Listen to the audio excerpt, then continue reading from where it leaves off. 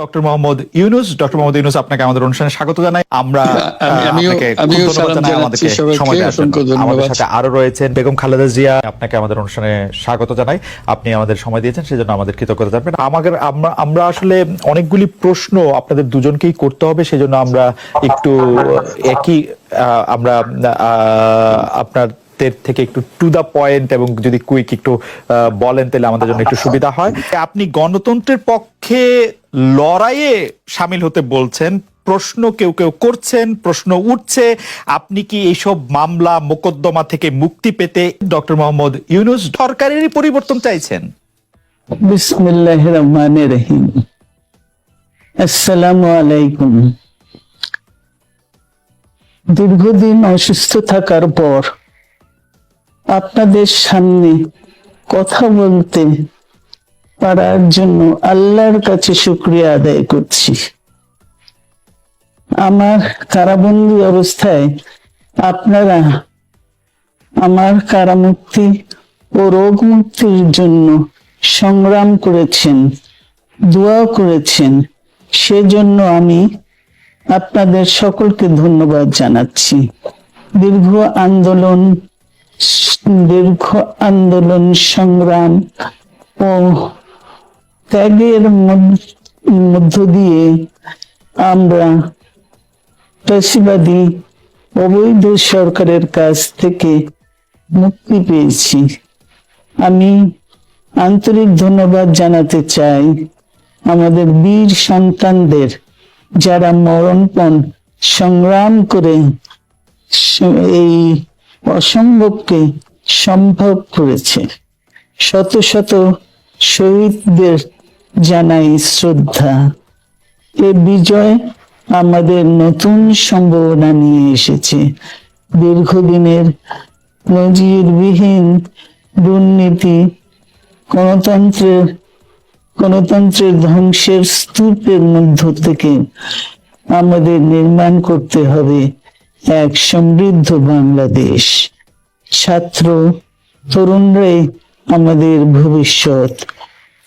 তরুণরা এই যে স্বপ্ন নিয়ে বুকের রক্ত ঢেলে দিয়েছে, সেই স্বপ্ন বাস্তবায়নে করতে মেধা, যোগ্যতা, জ্ঞান ভিত্তিক গণতান্ত্রিক বাংলাদেশ গড়ে তুলতে হবে।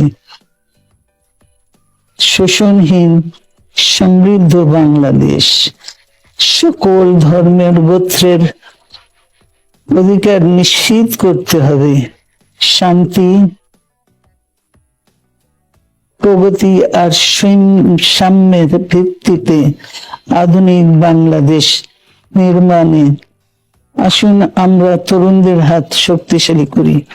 ধ্বংস নয়, প্রতিশোধ নয়, প্রতিহিংসা নয়, ভালোবাসা, শান্তি ও জ্ঞান ভিত্তিক সমাজ গড়ে তুলি। কিছু না বলেও আপনি যে দুর্যোগের মধ্যে আছেন, বললে না জানি কি হতো, আপনার মন্তব্য একটু শুনতে চাই। অবস্থাটা হলো, আমি বলছি দেশের কাউকে কিছু বলি এমন কথা তো নয়।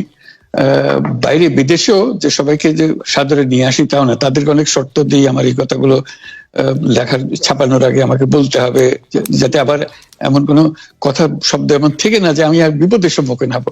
আমি শুধু বিপদ থেকে দূরে থাকার জন্য এটা করছি, কারণ আমি চারদিকে বিপদের মধ্যে আছি। আপনি যখন বলছেন যে গণতন্ত্র মানবাধিকারের পক্ষে এক কণ্ঠে কথা বলার আহ্বান আপনি জানাচ্ছেন, আপনার কাছে কি মনে হচ্ছে যে গণতন্ত্র মানবাধিকারের পক্ষে এখন বহু পক্ষ বহু কণ্ঠ, এটা আসলে এক কণ্ঠে কেউ বলতে পারছে না বা সাহস পাচ্ছে না বা বলছে না, এরকম আপনার মনে হচ্ছে কিনা?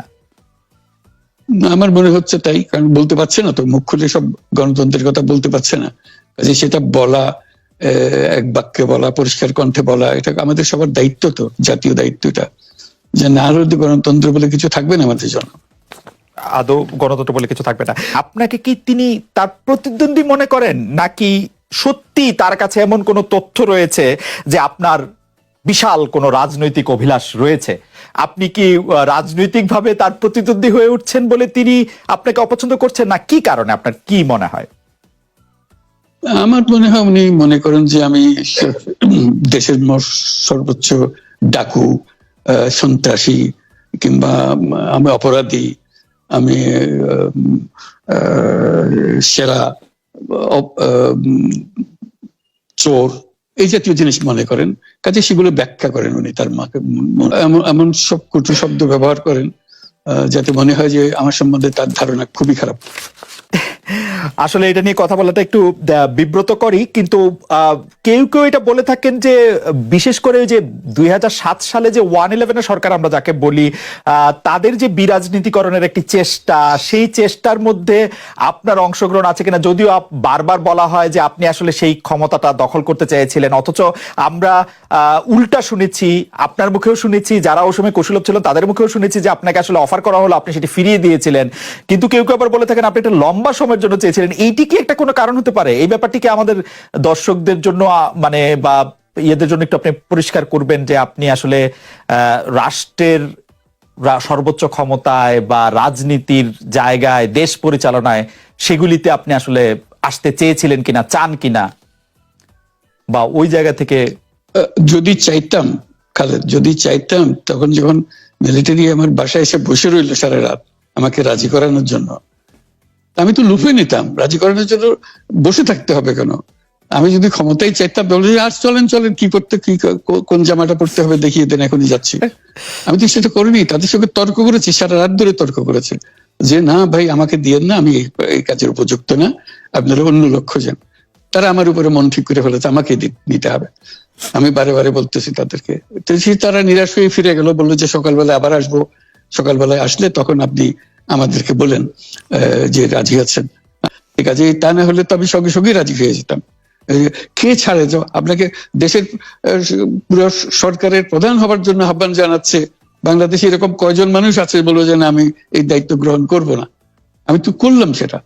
এখন আমার নামে বলা হচ্ছে 10 বছর ছিল, আমি বছর দিয়ে প্রশ্নই উঠে না। তারপরে এরপরে তো কয় বছর কয় কাণ্ড, আমি 10 বছর দিয়ে কি করবোটা কি? আমি 10 বছর দিয়ে, আমি তো বলছি আমি এই কাজের জন্য নই।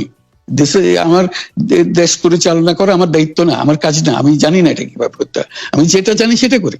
আপনার হাত দিয়ে যখন গ্রামীণ টেলিকমের প্রতিষ্ঠা হয়, তখন এর আয় থেকে আপনি গ্রামীণ ব্যাংকের সদস্যদের জন্য ব্যয় করার কথা বলেছিলেন বা ভেবেছিলেন।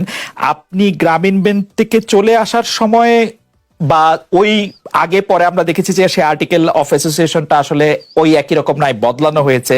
তো গ্রামীণ ব্যাংকের বা গ্রামীণ টেলিকমের এই বেনিফিশিয়ারি থেকে গ্রামীণ ব্যাংকের সদস্যদের আসলে বাদ কেন দেওয়া হয়েছে? মানে এইটার পিছনে কারণ কি? এখন গ্রামীণ টেলিকমের যে লভ্যাংশ তা কোন খাতে আসলে ব্যয় করা হয়, বা মানে যে আয়টা, মুনাফা, সেটি আসলে কিভাবে ব্যয় করা হয়? গ্রামীণ টেলিকম একটা স্বতন্ত্র প্রতিষ্ঠান।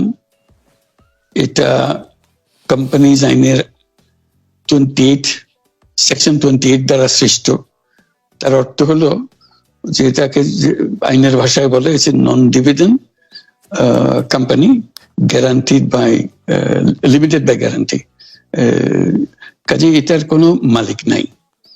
কাজেই মালিক যেহেতু নাই, এটা তার নিজের নিয়মে যারা গ্যারান্টি দিয়েছে, যারা গ্যারান্টির পরিমাণও খুব সীমিত, লিমিটেড বাই গ্যারান্টি, এটা 1000 টাকা। মানে যদি যত তোলপাড় হয়েও যায় কোম্পানিতে, বহু পাওনা থেকেও যায় লোকজনের, যারা এটার পরিচালনা পরিষদে আছে তাদের দায়িত্ব হবে 1000 টাকা পর্যন্ত, এর দায়ী থাকবে 1000 টাকা পর্যন্ত, এর বেশি তার দায়িত্ব থাকবে না। কাজে এত সহজ সরল একটা জিনিস। তো সেটাই হলো গ্রামীণ টেলিকম।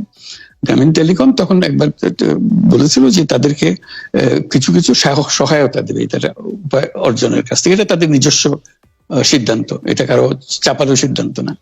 যে সিদ্ধান্ত, সেই সিদ্ধান্ত অনুসারে সেই সমস্ত যে পরিমাণ টাকা তারা বলেছিল দেবে, এখানে দিয়ে যাচ্ছে। এই পর্যন্ত 500 কোটি টাকার উপরে দেওয়া হয়েছে এই সাহায্য সহায়তা। কাজে ওইটা যে আমরা বা গ্রামীণ টেলিকম এটার থেকে পৃথক হয়ে গেছে, তার যে কথা দিয়েছিল, কথা পুরো, এটা একটা কথা দিয়েছিল, এটা পূরণ করছে না, এটা আইনগত কোনো যে আইনে বাধ্য হতে আপনি দিতে বাধ্য হবেন এরকম কিছু ছিল না। কাজে এই ধরনের বিষয়টা এই টেলিকমের বিষয়ে বলা।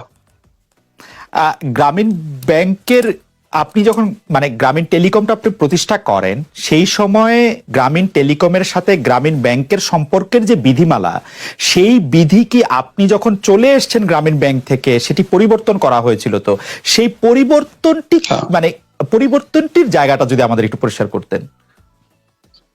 পরিবর্তন ছিল যে আগে এটা নমিনেট করতে পারতো গ্রামীণ ব্যাংক, চেয়ারম্যান পদের জন্য একজন লোক নমিনেট করতে পারতো।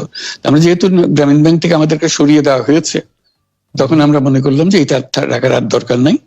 গ্রামীণ টেলিকম থেকে সেই পদটা আমরা পরিষ্কার করে দিয়েছি যে এখন এটা আর দরকার নাই। এইটুকুই পরিবর্তন হয়েছে। এটা ন্যায়সঙ্গতভাবে পরিবর্তন করার ধারা অনুযায়ী যা যা করতে হয় সেটা করা হয়েছে। এতে তার ইচ্ছা বা তার কর্তব্য, তার করণীয় যে অবজেক্টিভস আছে, কোথাও পরিবর্তন হয় নাই। এই ক্ষেত্রে আমাদের এই বিষয়ে আর কি এইটাই আমাদের আরেকটা প্রশ্ন, সেটা হচ্ছে যে গ্রামীণ টেলিকম কি গ্রামীণ ফোন থেকে প্রায় 37% লভ্যাংশ পায়, যে এবং যদি পায় 34% লভ্যাংশ পায়, সেই 34% লভ্যাংশের যে টাকাটা, সেই টাকাটা কোথায় বা কি উদ্দেশ্যে ব্যয় করা হয়?